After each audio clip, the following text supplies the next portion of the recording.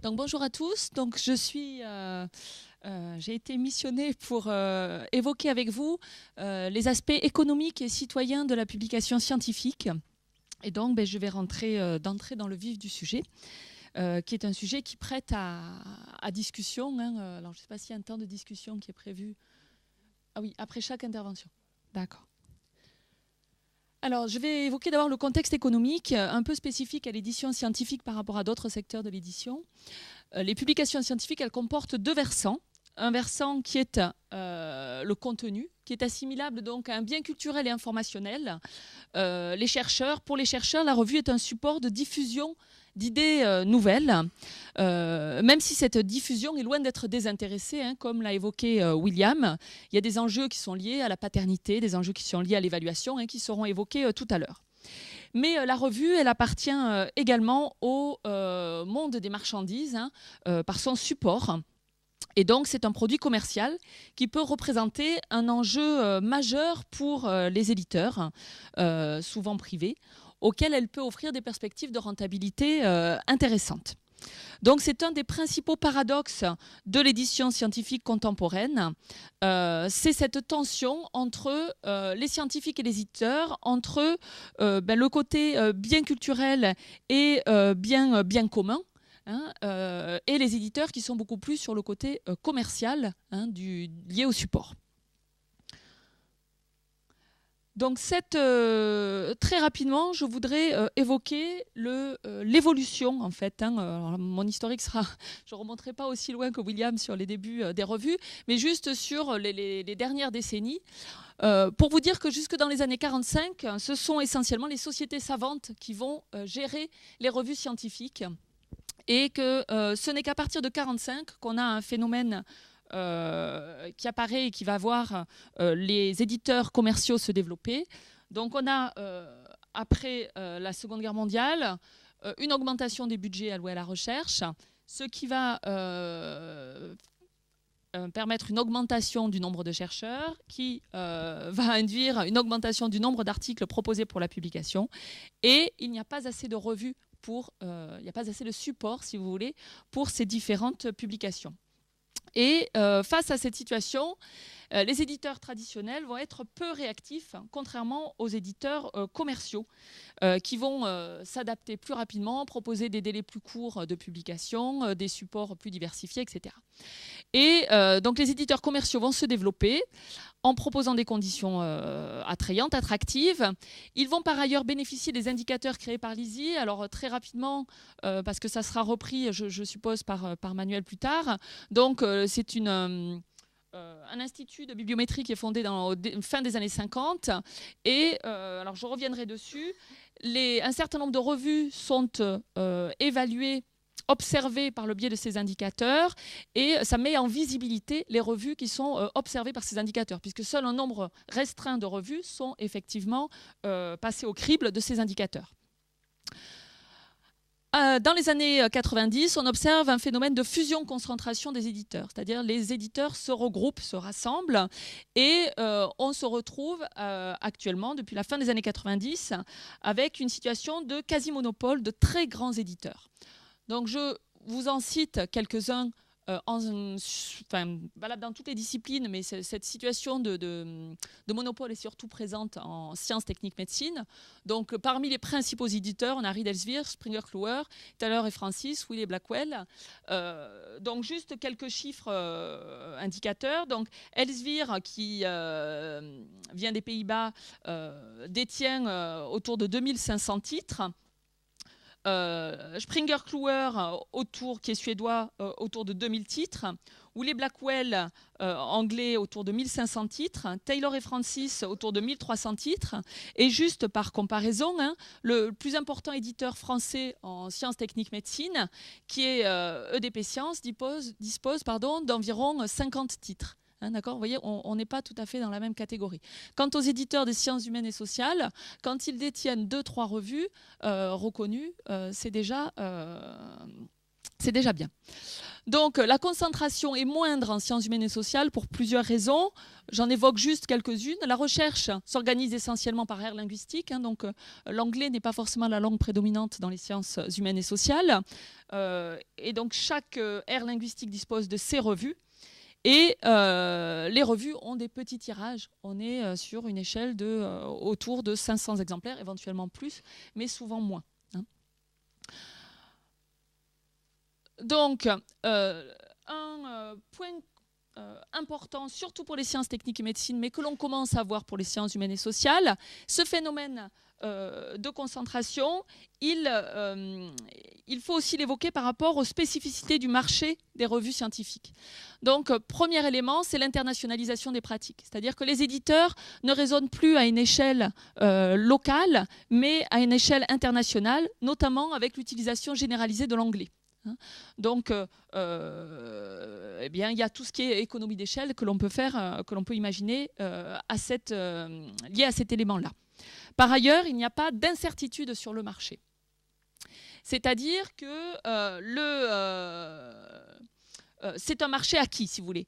Les revues, elles sont, comme l'a évoqué William tout à l'heure, les publications font partie de l'évaluation de la recherche et des chercheurs. Et donc, pour exister à la fois symboliquement et institutionnellement, les chercheurs ont besoin de publier dans des revues reconnues, réputées. Et de ce fait, toutes les revues reconnues et réputées n'ont pas d'incertitude quant à leur marché, puisque les chercheurs ont besoin de publier dans ces revues aujourd'hui. Par ailleurs, par le biais des abonnements, eh bien, si vous voulez, il y a un lien très fort entre les institutions et les éditeurs. Enfin, il y a le caractère monopolistique des revues cœurs. Les revues cœurs sont les revues les plus citées et évaluées par le biais des indicateurs de bibliométrie. On parle de revues cœurs ou de core journals. Ce sont les revues que toutes les bibliothèques, toutes les institutions scientifiques, auxquelles toutes les bibliothèques et les institutions scientifiques souhaitent s'abonner. Et ces revues cœurs, ce sont les revues incontournables. Et du point de vue du chercheur, pour publier, mais aussi du point de vue des institutions, parce que ce sont celles dans lesquelles les chercheurs recherchent les informations en priorité. On aboutit du coup à une situation de crise depuis une quinzaine d'années, une situation de crise non pas du point de vue des éditeurs, mais du point de vue du monde académique. Donc on parle de crise des périodiques, et on a le paradoxe qui a été pointé par Steven Arnad. Les articles... les chercheurs fournissent aux éditeurs commerciaux des contenus scientifiques qu'ils ont élaborés, qu'ils ont souvent mis en forme, qu'ils ont évalués en s'appuyant sur des financements publics. Mais en même temps, ils doivent à nouveau payer, les institutions publiques doivent payer pour avoir accès à ces mêmes contenus. Ce paradoxe a été pointé par Steven Arnad en 1995. Eh bien, il a mis en lumière les tensions qui depuis n'ont été que croissantes entre l'édition commerciale et les communautés de chercheurs. La crise du prix des périodiques, c'est cette prise de conscience et c'est aussi le fait que les éditeurs ont profité de leur situation de quasi-monopole pour augmenter considérablement le prix des abonnements. Alors, à titre d'exemple, des chiffres qui sont un peu anciens, mais qui sont emblématiques, qui proviennent de l'Association for Research Libraries, qui a fait une étude sur l'augmentation du prix des périodiques. Donc, en 18 ans, entre 1986 et 2003, l'augmentation du prix des périodiques était de 215%, contre une augmentation de 68% pour les prix à la consommation. D'accord, vous voyez un petit peu comment les éditeurs ont pu profiter de cette situation. Alors cette situation est surtout visible en sciences techniques médecine et est moindre, pour les raisons évoquées tout à l'heure, en sciences humaines et sociales. Donc augmentation du prix des abonnements et deuxième élément qui est très difficile à gérer pour la communauté scientifique et notamment pour les bibliothèques, c'est le système des bouquets. Des bouquets de revues, c'est-à-dire qu'aujourd'hui, les éditeurs vont proposer de nouvelles formules de diffusion des revues qui vont obliger les bibliothèques à s'abonner à un lot de revues et non plus à des titres particuliers. Donc, si le prix de l'article téléchargé a diminué, le coût global supporté par les bibliothèques a augmenté. Donc, ce qui a pour conséquence que de nombreuses bibliothèques ont dû se désabonner d'un certain nombre de titres, puisque leurs ressources globales n'ont pas forcément augmenté, mais que les coûts ayant augmenté, il a fallu diminuer les ressources accessibles. Donc, face à cette situation, donc c'est pour ça qu'on parle de crise, si vous voulez. Alors oui, je rajouterai peut-être juste certains éditeurs ont même ce qu'on appelle un système de la double peine. On parle du système de la double peine. Certains éditeurs imposent aux chercheurs de payer à la fois à la soumission, selon le modèle dit auteur-payeur, donc pour pouvoir être publié, et ensuite de payer à la diffusion, selon le système de l'abonnement. Donc c'est ce qu'on appelle le système de la double peine. On paie deux fois. On paie en soumettant un article et en publiant. Donc face à cette situation qui est venue renforcer le pouvoir politique mais aussi économique des grands éditeurs commerciaux, on voit une tension très très forte dont je voudrais évoquer un des biais politique ou épistémologique, c'est que ça ne fait que renforcer les revues les plus prisées. C'est-à-dire qu'une revue très prisée n'a pas d'inquiétude à se faire. Par contre, une petite revue un peu marginale, par ses thématiques ou par l'éditeur qui le coordonne, sera du coup parmi les premières revues auxquelles les bibliothèques vont se désabonner. Et donc, on peut se poser des questions quant aux limites de la liberté d'expression des chercheurs, puisque le cercle de revues auxquelles s'abonnent les bibliothèques ne fait que se restreindre. Alors, face à cette situation, plusieurs réactions de la communauté scientifique. Donc, je vais en évoquer trois. D'abord, le système de consortium. Ensuite, le développement du libre accès aux connaissances qui a été développé depuis donc une vingtaine d'années. Et enfin, les réactions individuelles et notamment les boycotts qu'a évoqué William tout à l'heure. Alors, au niveau des bibliothèques, des initiatives des bibliothèques, j'évoque très rapidement Couperin. Donc, Couperin est un consortium de bibliothèques universitaires et centres de recherche français qui a été missionné pour négocier les abonnements avec les éditeurs. L'idée qu'il y a derrière, c'est l'union fait la force, si vous voulez. C'est plus facile de négocier ensemble que de manière individuelle. Donc, Couperin fédère aujourd'hui plus de 200 membres, que ce soit des presses, des universités, des grandes écoles, des organismes de recherche, etc. Il y a plus de 60 négociateurs volontaires et donc qui contactent en moyenne 150 fournisseurs chaque année. J'évoque une deuxième initiative. Donc, juste oui, Couperin a été initié en 1999. Une autre initiative qui est aussi assez ancienne, Spark, donc qui date de 1797, c'est la Scholarly Publishing and Academic Resource Coalitions, donc, qui vise à contrer les éditeurs commerciaux sur leur propre terrain, en proposant notamment des nouvelles revues alternatives non commercialisées par le biais des grands éditeurs commerciaux classiques. Deuxième réaction, le développement du libre accès. Donc la motivation, contourner les inconvénients des revues papier. Alors il me semble toujours important d'évoquer les différents inconvénients. Il y a l'hégémonie des éditeurs commerciaux, mais une des motivations du libre accès est aussi ailleurs, est aussi intrinsèque au fonctionnement de la recherche. Donc c'est faciliter l'accès pour la communauté, avec des délais de publication raccourcis, une visibilité accrue et une rapidité d'accès globale. Donc il me semble toujours important quand on évoque le libre accès de mentionner ces deux dimensions. On n'a pas uniquement l'aspect économique. Quelques dates clés juste pour vous situer le libre accès, mais comme ce n'est pas le centre de mon propos, je vais être rapide. Les initiatives pionnières, revue électronique, et puis le premier réservoir de prépublication, c'est Archive, donc ça date de 91, donc et ça renvoie, si vous voulez, aussi à des traditions en communication scientifique qui sont antérieures, mais qui là vont mobiliser le web. On a le paradoxe pointé par Arnade en 95, à travers la rédaction de Subversive Proposal.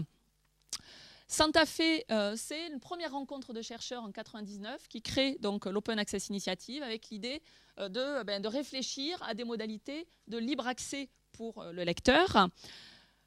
2002, hein, j'évoque que quelques aspects, la déclaration de Budapest, où là, c'est une déclaration qui devient beaucoup plus formelle et où il y a beaucoup plus de chercheurs mobilisés et qui souhaitent développer deux types de supports, à la fois les revues et les réservoirs de pré- et post-publication, par le biais d'un protocole d'accord, hein, on parle de protocole d'interopérabilité, hein, au IPMH, et j'évoquerai 2003, la déclaration de Berlin, où on a des institutions qui sont signataires et donc qui sont ouvertement partisanes en faveur du libre accès aux connaissances. Ce qui va, à partir de 2003, les choses vont changer, hein, Sylvie en parlera peut-être tout à l'heure, en termes de droit d'auteur. Hein, il y a un assouplissement des conditions au niveau des éditeurs commerciaux notamment. Donc très rapidement, qu'est-ce que le libre accès? Donc deux supports, les archives ouvertes, le chercheur fait lui-même son dépôt et rend accessible son document, qu'il soit en pré- ou en post-publication, et les revues électroniques en libre accès. Très important, le libre accès n'est pas égal à gratuité, d'accord? Il y a un système économique derrière. Hein, donc il y a forcément un endroit où il y a un échange économique qui se passe. Quelques modèles économiques du libre accès. Je ne vous en mentionne que quelques-uns avec une terminologie qui est la terminologie qu'on utilise aujourd'hui et qu'on n'utilisait pas il y a quelques années. La fameuse voie verte. Donc, quand on évoque la voie verte autour du libre accès, c'est les éditeurs qui acceptent le dépôt dans les archives ouvertes en pré- et ou en post-publication. D'accord ? On parle aussi de voie dorée ou de voie or. C'est les éditeurs qui fonctionnent selon le modèle auteur-payeur, c'est-à-dire l'auteur paie, ou plutôt son institution paie, pour que son article soit en libre accès pour tous les lecteurs, c'est-à-dire accessible à n'importe quel lecteur sans condition. Donc ça, c'est la voie dorée ou la voie or. Une voie platine qui a été proposée par Marin Dacos serait une voie où l'édition serait subventionnée de manière à permettre un accès libre et intégral de toutes les connaissances en pré, en post-publication, etc. Donc oui, donc vous voyez qu'en tout cas, dans ce que j'évoque, quand les éditeurs acceptent les dépôts en pré et en post-publication, c'est-à-dire qu'on reste dans le système standard avec abonnement, mais les éditeurs autorisent, avec un délai d'embargo de 6 mois ou un peu plus, hein, jusqu'à 5 ans, un dépôt dans une archive ouverte. Alors, quand on parle de voie verte, on limite le dépôt à entre 6 mois et 1 an après la publication, hein, et non plus avec un embargo important. Mais donc, on est dans le système classique des abonnements. Voie or, donc le modèle a un peu changé, hein, c'est l'auteur qui paie et l'éditeur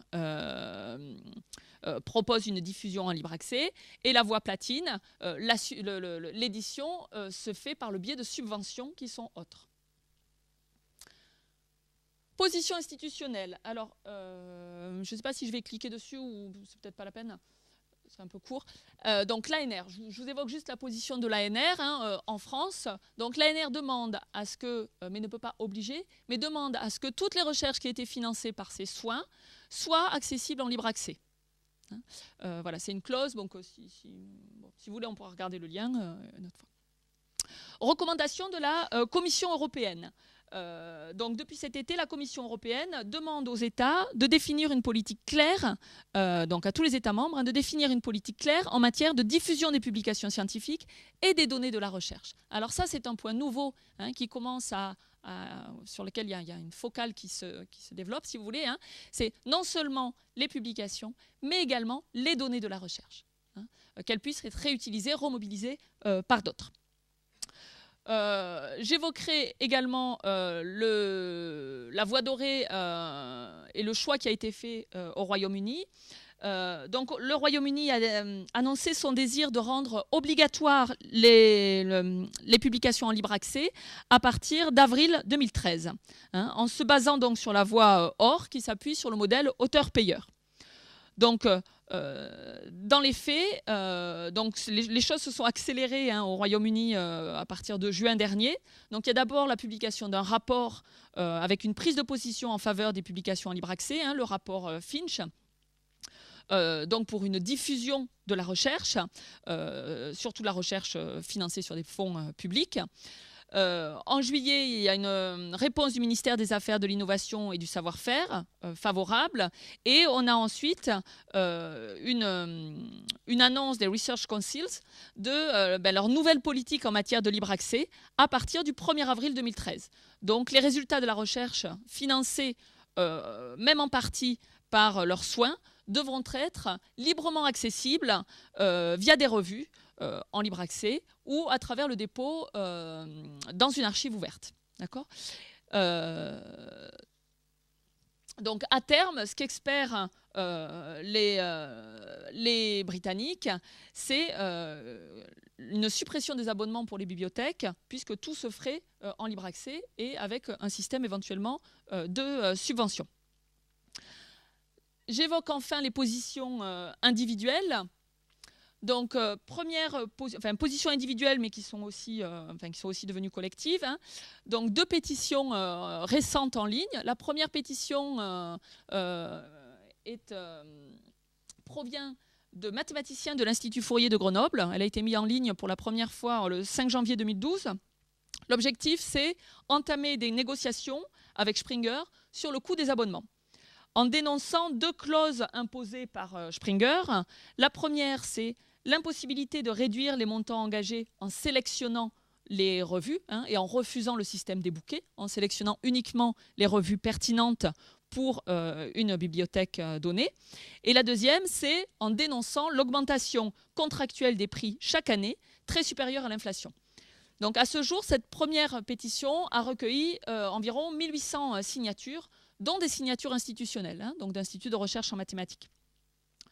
Deuxième pétition qui a eu une plus grande audience, qui a été initiée par Timothy Gowers, qui est un médaille Field en 1998 et qui est chercheur à l'université de Cambridge.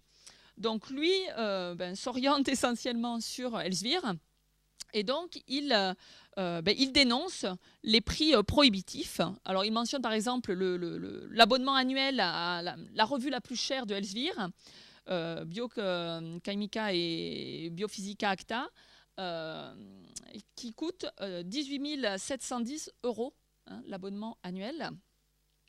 Bon, il dénonce également le système des bouquets et il dénonce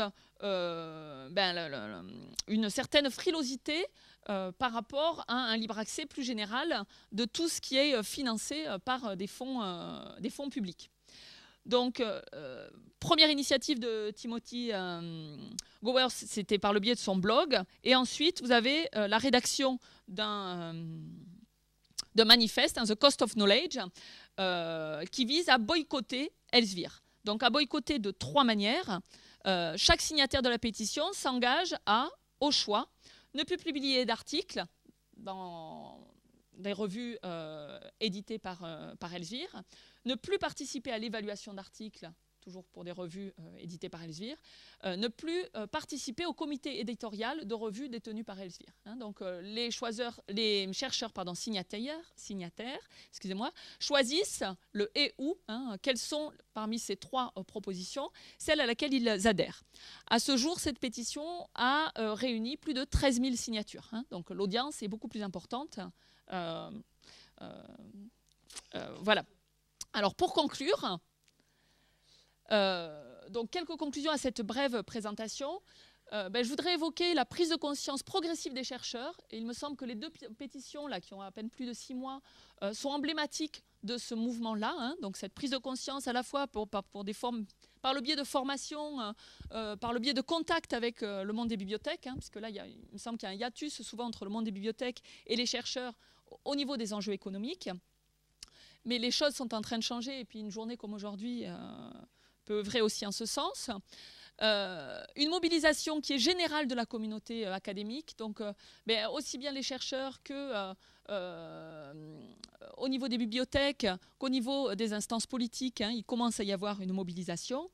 Et je voudrais enfin évoquer le fait que les enjeux économiques que je viens d'évoquer ne sont pas disjoints d'enjeux notamment politiques liés à l'évaluation, hein, à la question de l'évaluation et au rôle que l'on donne aujourd'hui aux revues et aux publications dans l'évaluation de la recherche. Hein. Donc cet élément sera sans doute développé par Manuel tout à l'heure, mais il me semble important de ne pas décorréler et de ne pas isoler les éléments économiques qui sont vraiment liés à d'autres enjeux qui leur sont associés. Voilà, je vous remercie pour votre attention.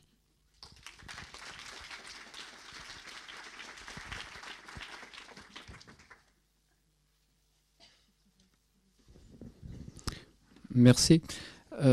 La question évidente, c'est les deux pétitions, enfin pétition et boycott dont vous avez parlé. C'est né pour l'une au niveau de la France, l'autre au niveau d'un pays anglo-saxon. Quelle est l'audience de ces pétitions, notamment pour la française? Parce que pour l'anglo-saxonne, encore, je peux imaginer qu'elle est plus... Alors, pour la française, effectivement, l'audience n'est pas très importante. Hein, je vais être sincère. D'ailleurs, 1800 signataires, c'est pas énorme. Ce que je trouve très intéressant, c'est que ces deux pétitions ont été initiées par des mathématiciens. C'est-à-dire la conscience d'une communauté, là, des enjeux économiques, peut-être plus importante que dans d'autres communautés disciplinaires. Ensuite, il me semble qu'en France, elle est restée très centrée autour des mathématiciens et un petit peu du coup des disciplines adjacentes, hein, la physique, etc.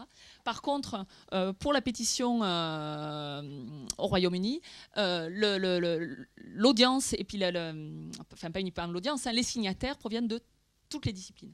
Et ils sont combien? 13 000. En 6 mois. En 6 mois, oui, tout à fait. Il faut vraiment que ça devienne international pour que ça marche. Oui, tout à fait.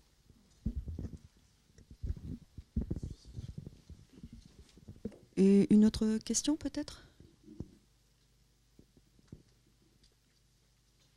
Non? Ah, oui. Oui, c'est par rapport à la présentation des consortiums. Donc Couperin, je connaissais, Spark, je connais moins. Je voulais savoir si qui faisait partie de ce consortium, si les presses universitaires adhéraient à ce consortium. Ou... C'est une université américaine, je ne me souviens plus laquelle. Mes chers collègues de l'URFIST, Spark. C'est britannique, pardon. D'accord. Mais par contre, je ne pense pas que ça soit... voilà. C'est comme Couperin, du coup, c'est français. Hein, là, du coup, c'est localisé. Ils peuvent poser des questions, là, voilà. Ah oui, d'accord. J'avais une autre question. Et quelle est l'efficacité de Couperin, c'est-à-dire avant et après Couperin, quel a été le niveau de négociation qui a amené une baisse des... Alors, je n'ai pas de chiffres à vous donner, mais je pense que c'est substantiel. C'est-à-dire qu'avant Couperin, il n'y avait quasiment pas de négociation, et qu'après Couperin, il y a des négociations. Donc, je crois que vraiment, le côté l'union fait la force a eu un impact important, même si les négociations ne sont pas toujours jugées satisfaisantes au niveau des résultats obtenus, si vous voulez. Enfin, je ne sais pas si ça répond à votre question. Oui, en partie, mais c'est vraiment, comme vous parliez d'économie, c'est clair que c'est en pourcentage que ça va jouer. C'est-à-dire, quand vous dites substantiel, ok. Alors, j'ai pas de chiffres voilà. À vous donner, je suis désolée. Hein.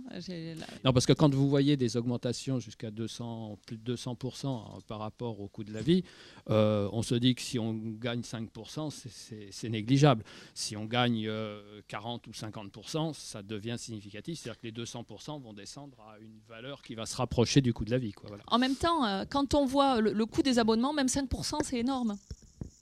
Oui, bien sûr. Là, les 215%... Tout à fait. 215%, c'est sur 18 ans. Hein, donc, ça s'est fait, si vous voulez, par tranche. Donc, 5% sur une année, c'est déjà quelque chose de considérable. Hein.